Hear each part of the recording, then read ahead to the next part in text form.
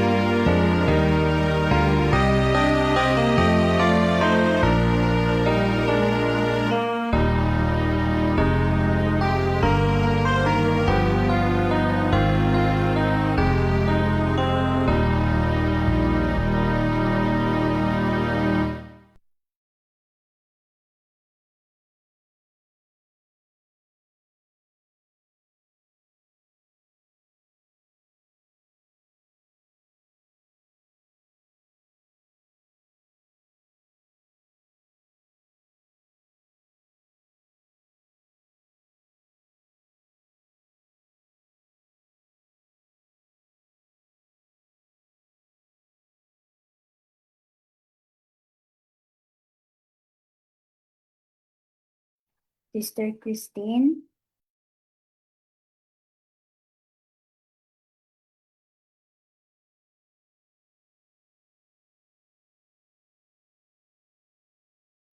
Tayo pong lahat ay manalangin. Ama naming banal na sa kataas-taasan ng mga langit, kami po lubos na nagpapasalamat sa inyong paggabay at protection po sa amin sa buong araw na ito at kami po umabot sa mga oras na ito at muli po ay makapakinig ng inyong banal na salita.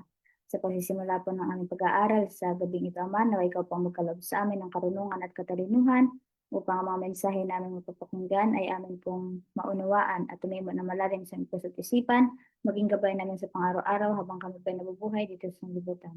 At ganoon din naman po sa aming tagapagsalita, naway puspusin niyo po siya ng karunungan at katalinuhan upang kanya po itong maisalaysay ng maayos at malinaw at naway itago niyo po siya sa likuran ng inyong krus upang lahat po na mamutawi sa kanyang mga labi ay naaayon lamang po sa inyong banal na kalooban.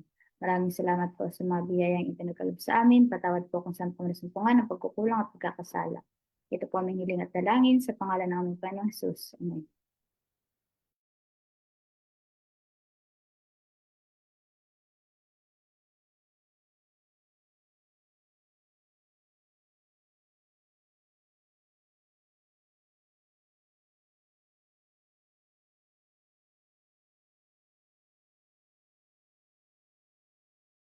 Bago po natin mapapakinggan ang mensahe ng buhay na ibabahagi po sa atin ni Brother Giselle, tayo po muna ay makakarinig ng tanging bilang na ito-play po sa atin ng ating technical coordinator.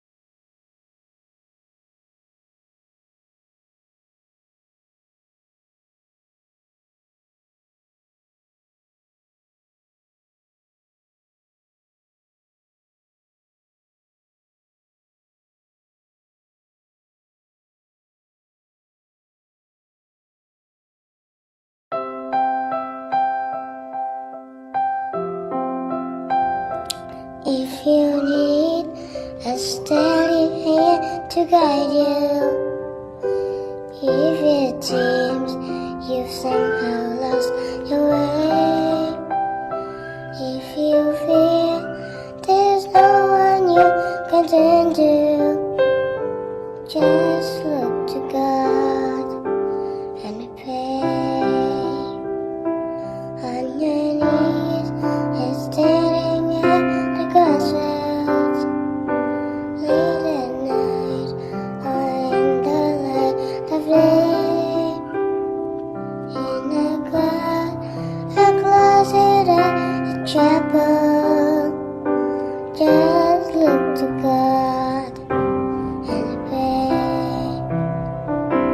He is there when you're searching for the answers. He is there when you need a little grace. Anytime, anywhere you have a chance to seek the one who knows the way. Just pray.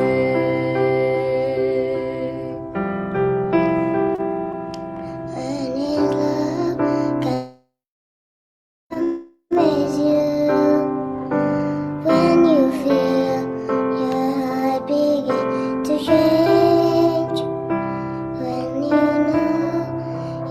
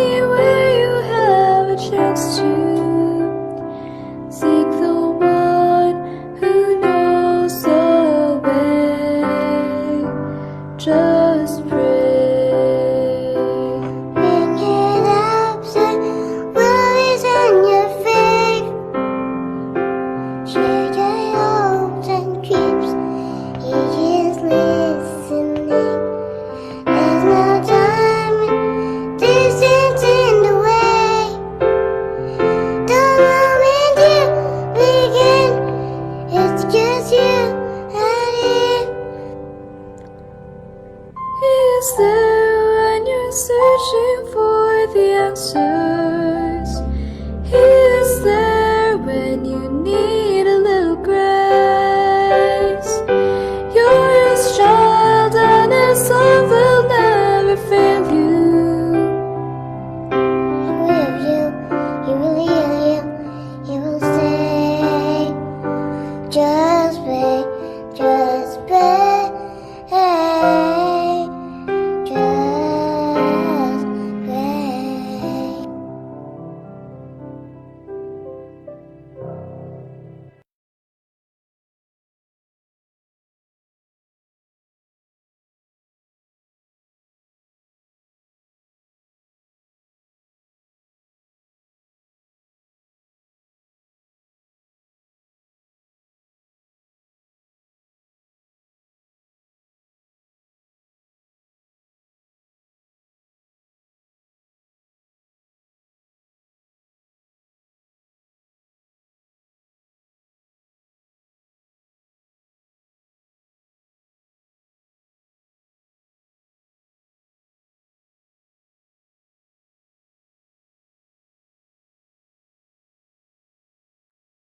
Maraming salamat po, Sister Lia, sa napakagandang awitin at ngayon po ako pong ibibigay ang pagkakataon sa ating tagapagsalita sa gabi ito.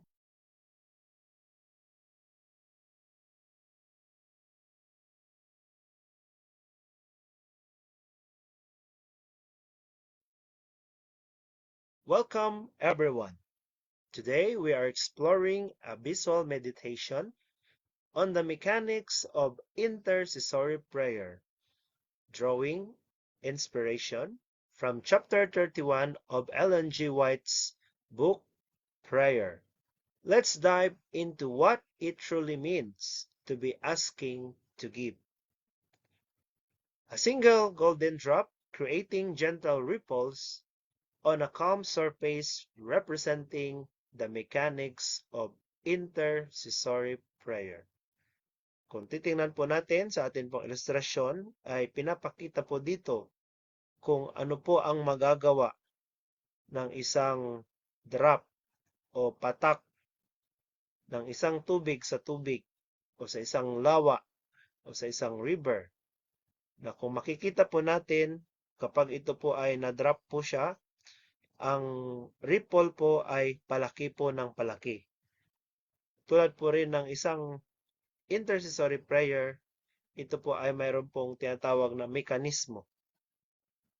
Sa pagpapatuloy mga kapatid, sabi po dito, a comparative table contrasting keepers against channels across motives, gifts, delays, preparation, and outcomes. When we look at our prayer life, we often fall into one of two postures. Are we keepers who pray for personal benefit, view God's gifts as treasures to hoard, and grow frustrated when answers are delayed? Or are we channels equipped for service, seeing blessings as resources to share, and using delays for introspection? Remember, God blesses His children, so we can become channels of blessings to others, not merely recipient. We continue receiving heavenly blessings only as we communicate them. So dito po ay nakita po natin ang kaibahan ng keepers at channels. Ang keepers ay maihalintulad po natin po siya sa isang timba na punong-puno na hindi po siya nababawasan. Na sa kalaunan, ano po, yun po ay maging stagnant at yun po ay magkakaroon ng amoy. Samantalang ang channels, yun po ay ano po siya, tulad po ng isang river o isang hose, pag kailangan po siya, ano po siya? Siya po ay patuloy na dumadaloy.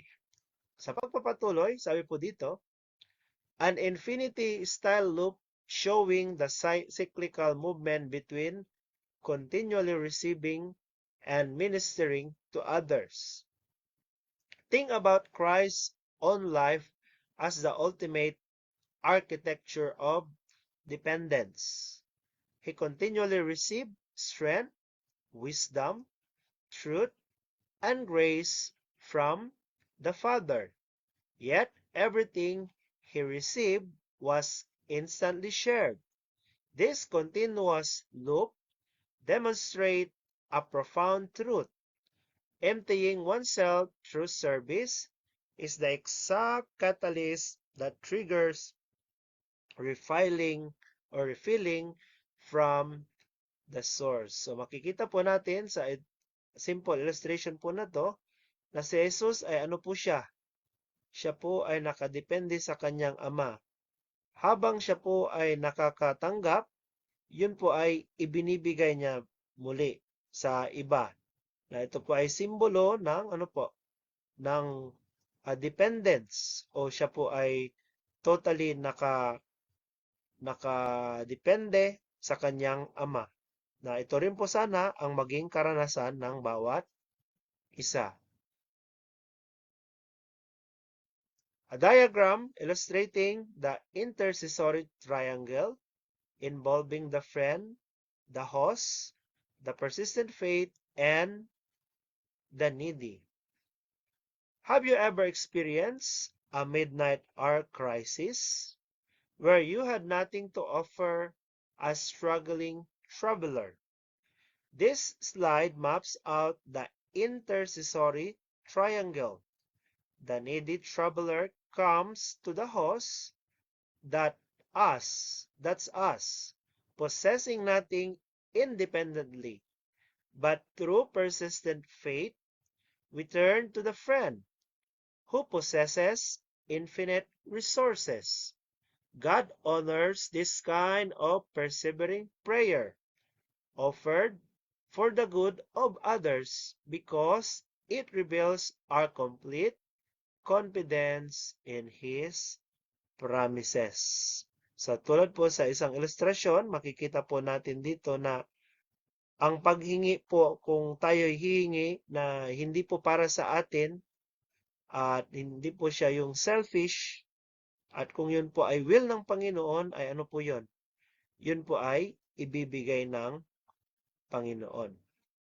Sa pagpapatuloy, sabi po dito, a glowing prism refracting a single beam of light into multiple rays, representing spiritual insights and character traits.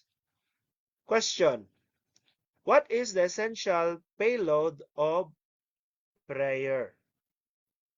When we sincerely ask, the Heavenly Father gladly gives the Holy Spirit, the greatest gift we can receive. Like a prism refracting light, this gift breaks down into clear aspects of our growth. Ano po yung growth na po yun? Understanding God's will, witnessing effectively, ministering compassionately, and reflecting Christ's character. So, napakaganda ano po, no? Tulad po ng isa pong prism, isa lang po yung source, ay magiging ilaw po tayo or magiging daluyan po tayo. Sa pagpapatuloy, so 3 cascading mesh filters labeled to show how delay reveals selfishness, deepens repentance, and strengthens faith. So ano nga po ba yung delayed or delayed answer? Delayed answers can feel discouraging, but they are never blockages in the divine channel. Instead, think of delay as a purification mechanism. It acts like a series of filters that strip away selfish motives, reveal what's hidden in our hearts, deepen our repentance, and ultimately strengthen our faith before the final blessing is released. Prayer transforms the believer far more than it changes immediate circumstances. Kaya nga po, no po, kung titingnan po natin yung atin pong mga panalangin, bakit nga po ba hindi sinasagot? So, posible na atin pong panalangin ay pangsarili lamang. Kaya nga, isipin po natin, ang delay ay isa po siyang filter. Yun po yung taga-sala o sasala na kung makita po doon na kung yung hiningi po natin o yung panalangin po natin, ano po yun, ay makasarili, talaga po hindi po siya sasagutin.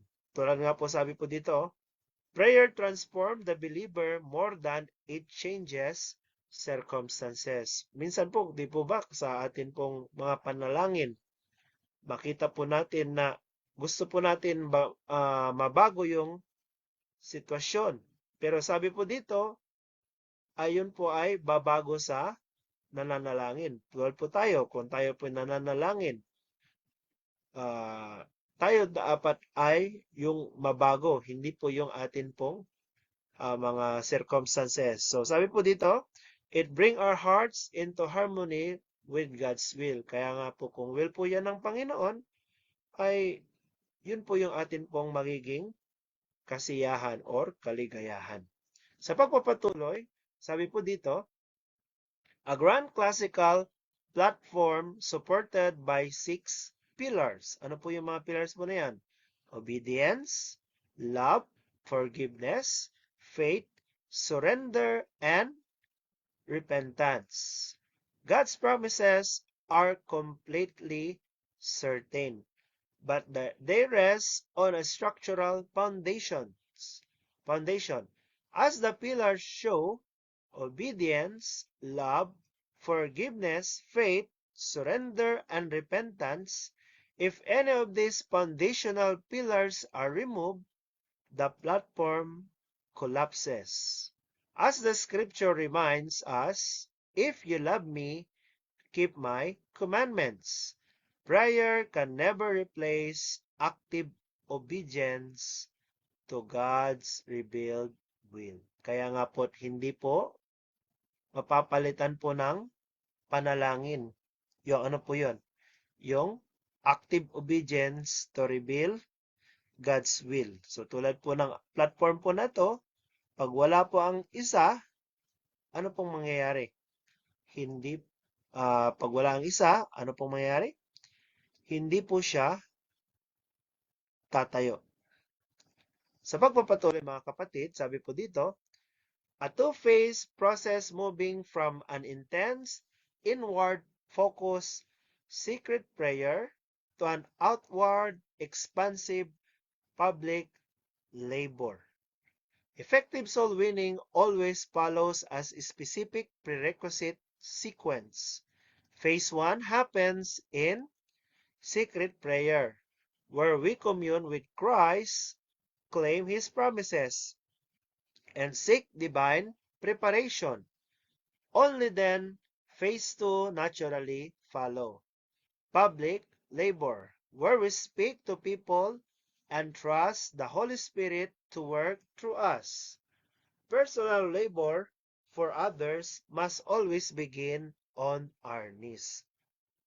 Kaya nga po, yung atin pong public labor, hindi po natin po talaga siya masisimulan totally kung wala po tayong secret prayer or yung tinatawag po natin na private prayer. So bago po tayo mag-public, ano po yun? Or public labor, ay magsimula muna po tayo sa atin pong private prayer. Sa pagpapatuloy, mga kapatid, sabi po dito, a comprehensive grand synthesis combining the source, the filtration of the lay, the supporting pillars, and the flowing streams of compassionate ministry. Bringing it all together, we see the complete ecosystem of intercession. God, the Father, is the ultimate source, releasing the Holy Spirit down through the pillars of obedience and faith, refined by the filters of the lay. That divine energy then overflows into compassionate ministry, healing, serving, and witnessing to the world. Just as Christ continually received from the Father in order to minister, we are called to live lives of prayer that overflow into loving service. Kaya nga po, kung makikita po natin, di ba, napakaganda po yung ecosystem of intercession na tayo po ay mayroon po pagdepende sa atin pong Panginoon. Sa kauli-ulihan, ito po yung tinatawag po nating divine cycle of prayer. So, paano po ba ito nangyayari? How this divine cycle works? So, una is shifting our purpose. Instead of praying strictly for personal gain, our focus moves toward gathering spiritual resources to serve those around us. Think of it like the story of the friend at midnight, where we seek bread from God to care for the unexpected spiritual needs of others. Next is following the ultimate example. Jesus serves as our perfect pattern. He draws strength from the Father, not for himself, but solely to pour it back out in the needs of humanity. Next is preparing in private. True public service starts in secret. Before doing any outward work, we go through a private cycle of prayer that involves what? Persistence, which shows our faith, earnestness, and trust in God's promises. Next is what? Obedience, which gently aligns us with the conditions of those promises. Kaya nga po yung pagsunod ay napakaganda po siya na character. Next is surrender, which gets our hearts ready to receive and share heavenly blessings. So yun po siya. Kaya kung titinan po yun yan, may puso. So being changed along the way. Prayer doesn't change circumstances. It changes us. Even when answers seem delayed, that waiting deepens our repentance and shapes our hearts to match God's will. And next is the ultimate outcome. So ano po ang resulta po nito? When we persist, the greatest gift we receive is the Holy Spirit. That gift empowers everyday believers to witness effectively, reflect Christ's character, and genuinely serve others. Kaya nga, sa gabi pong ito, atin pong isipin, sa atin po bang mga panalangin, tayo po ba ay humihingi para sa atin pong pangsarili o tayo po ay humihingi para po maging daluyan ng panagpapala para sa iba? Nawa, ito po ang atin pong karanasan na tayo ay maging daluyan ng pagpapala ng langit. Muli, magandang gabi sa lahat. Naway pagpalaan po tayo ng Panginoon. Salamat po.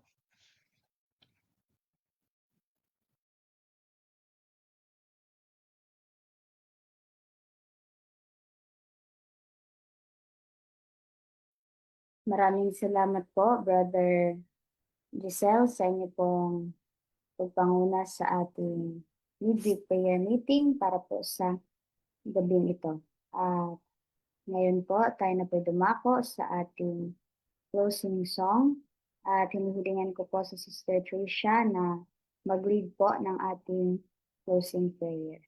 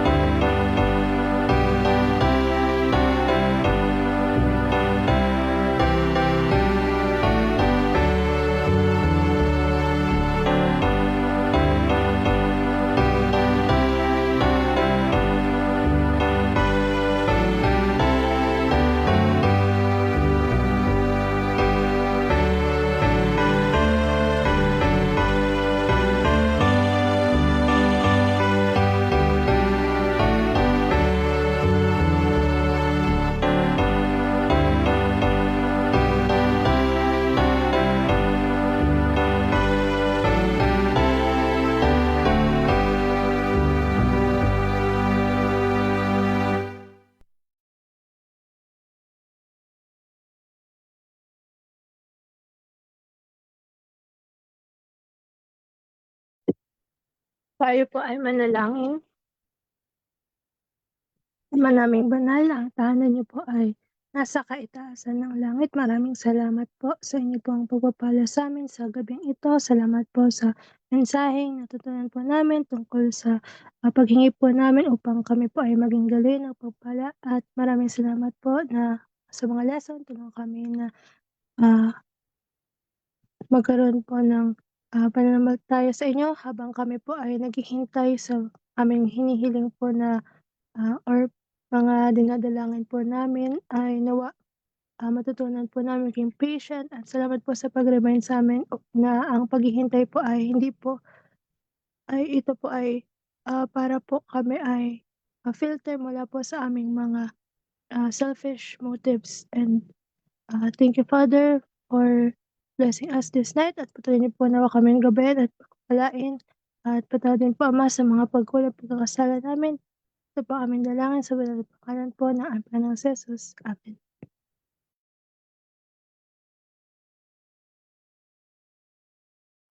Maraming salamat po, Sister Tricia, sa inyo pong pagpanguna sa ating closing prayer.